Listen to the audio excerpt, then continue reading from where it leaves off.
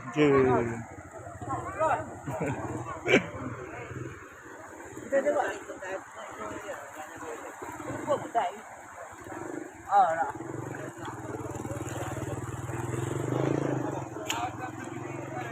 Tidak bisa lewat, terjadi banjir di daerah Suku Salam.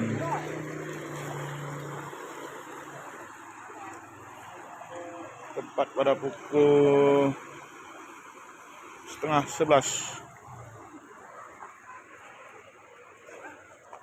Ini ada coba wawancara dulu Pak, sebentar Pak.